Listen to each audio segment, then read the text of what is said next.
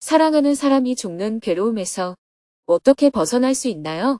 2025년 3월 30일 농사일 상추 모종 심기. 안녕하세요. 오늘은 봄을 맞이하여 오랜만에 농사일을 했습니다. 스님은 새벽 수행과 명상을 마친 후 8시부터 농사일을 시작했습니다. 먼저 전날 물에 불려둔 고수 씨앗을 손에 들고 텃밭으로 향했습니다. 이 씨앗은 지난해 스님이 키운 고수를 말려 받아둔 것입니다. 텃밭 네 곳에 물을 흠뻑 준 후 씨앗을 흩뿌리고 흙으로 살짝 덮어주었습니다. 이어서 상추 모종을 심기 시작했습니다.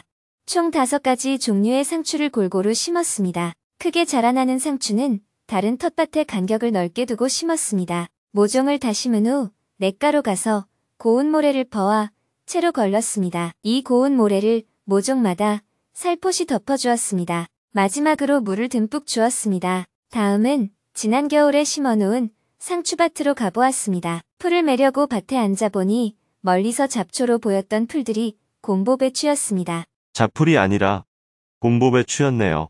곰보배추가 목 건강에 좋다고 해서 작년에 심었었는데 떨어진 씨앗에서 저절로 자라난 것입니다. 마지막으로 봄배추를 심었습니다. 오전 내내 부지런히 움직였지만 갑자기 뚝 떨어진 기온에 손이 얼었습니다. 손을 호호 불어가며 배추를 다 심었습니다. 땅만 보며 일하다 고개를 드니 연두빛으로 물들어가는 산이 한눈에 들어왔습니다. 이야, 저 산 좀 보세요.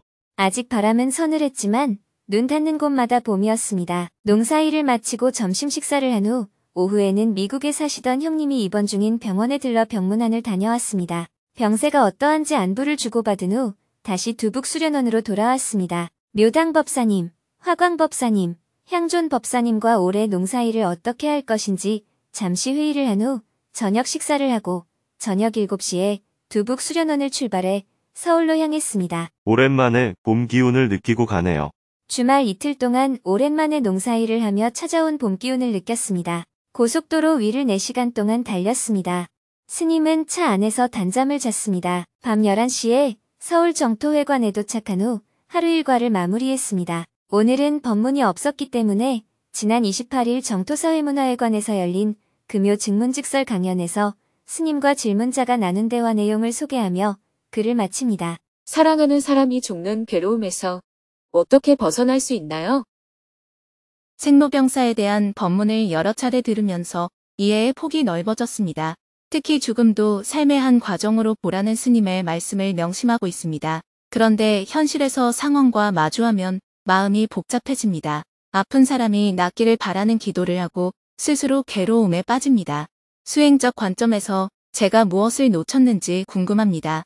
또 얼마나 수행해야 이런 감정에서 자유로워지는지도 궁금합니다.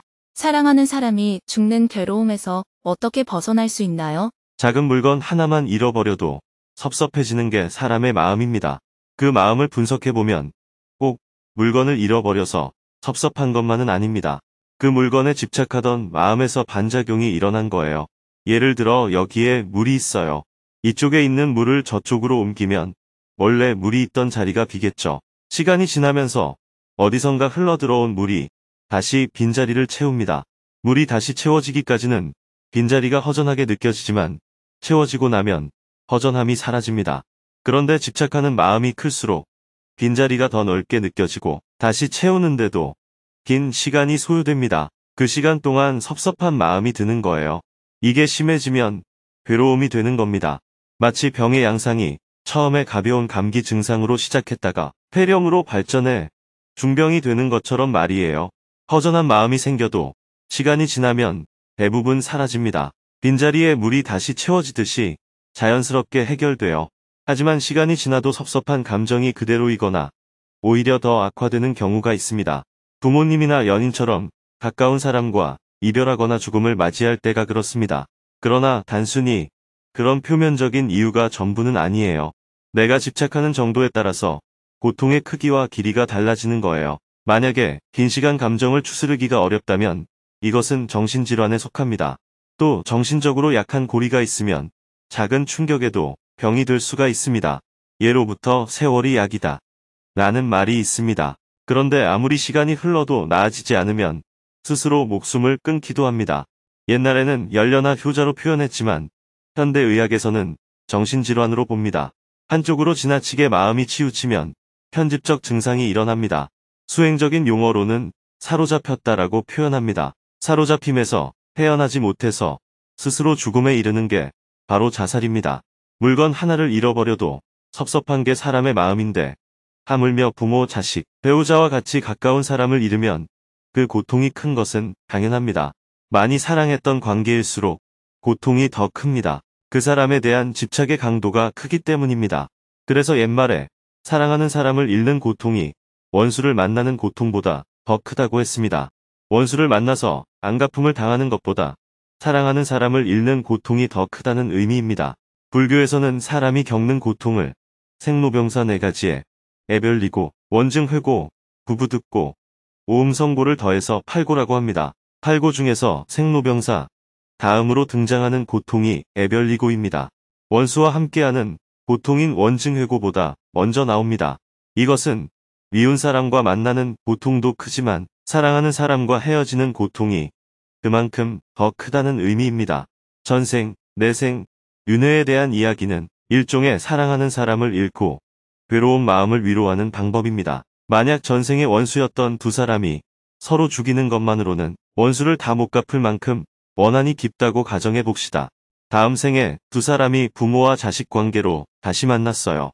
함께 살다가 어느 날 갑자기 자식이 죽어버렸습니다. 눈에 넣어도 안 아플 만큼 귀한 자식이 갑자기 세상을 떠나버리면 부모는 어떨까요? 평생을 고통 속에서 헤매겠죠. 이것이 전생에 사무친 원수를 갚는 방법이라고 하는 이야기가 있어요.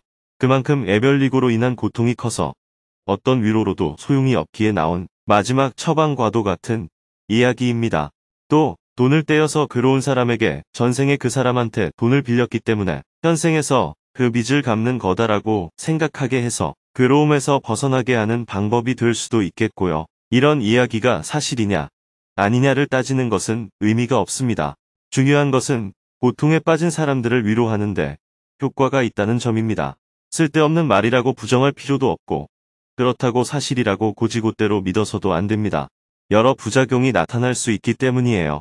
소위 사입이라고 하는 사회적 무리를 일으키는 종교들에서 이런 위로의 언어가 마치 사실인 것처럼 왜곡됩니다.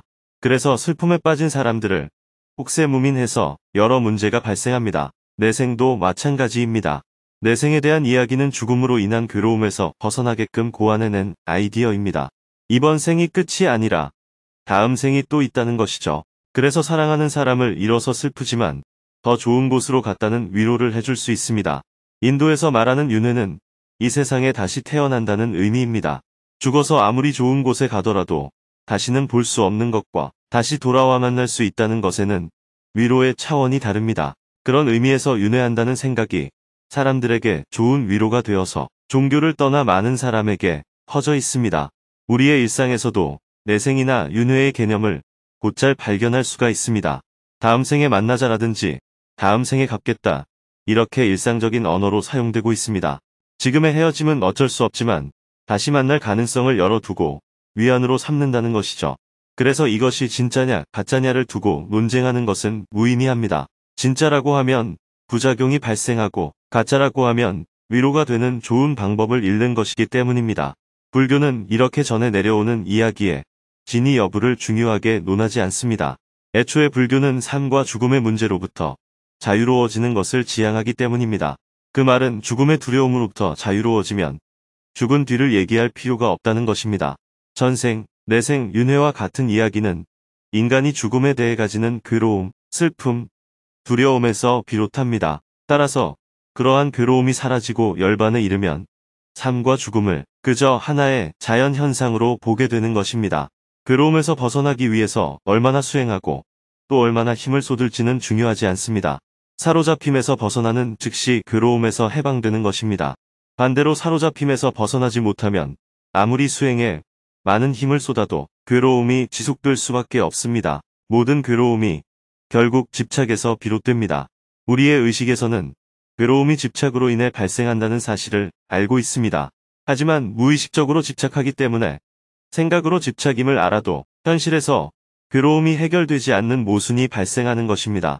진정으로 괴로움에서 벗어나기 위해서는 마음 깊은 곳에서부터 집착을 놓아야 합니다. 제가 요즘 명상을 많이 하고 있는데요. 명상을 하면 차분해져서 다시 일상으로 돌아옵니다. 그런데 아픈 분과 통화를 하거나 어떤 일이 있으면 마음이 다시 괴롭습니다. 제 마음의 평화가 유지되려면 어떤 수행이 도움이 될까요? 어떤 수행이 더 도움이 되는지를 찾는 이유는 적은 노력으로 더 많은 결과를 얻고 싶기 때문입니다. 이것은 적은 노력으로 많은 돈을 버는 방법을 찾는 것과도 같아요. 마치 주식 투자를 할지, 금을 살지, 코인을 살지를 고민하는 것과 같습니다. 지장보살을 부를지, 관세음 보살을 부를지, 절에 다닐지, 교회에 다닐지를 고민하는 것도 똑같은 마음의 작용입니다. 하지만 이 문제는 수행의 방법이 무엇인지에 달린 문제가 아닙니다. 사로잡혀서 붙잡고 있는 집착을 놓아버리면 되는 일입니다. 염불하든 참선하든 문득 깨닫고 그냥 놓아버리든 그저 집착을 놓으면 해결되는 일이에요.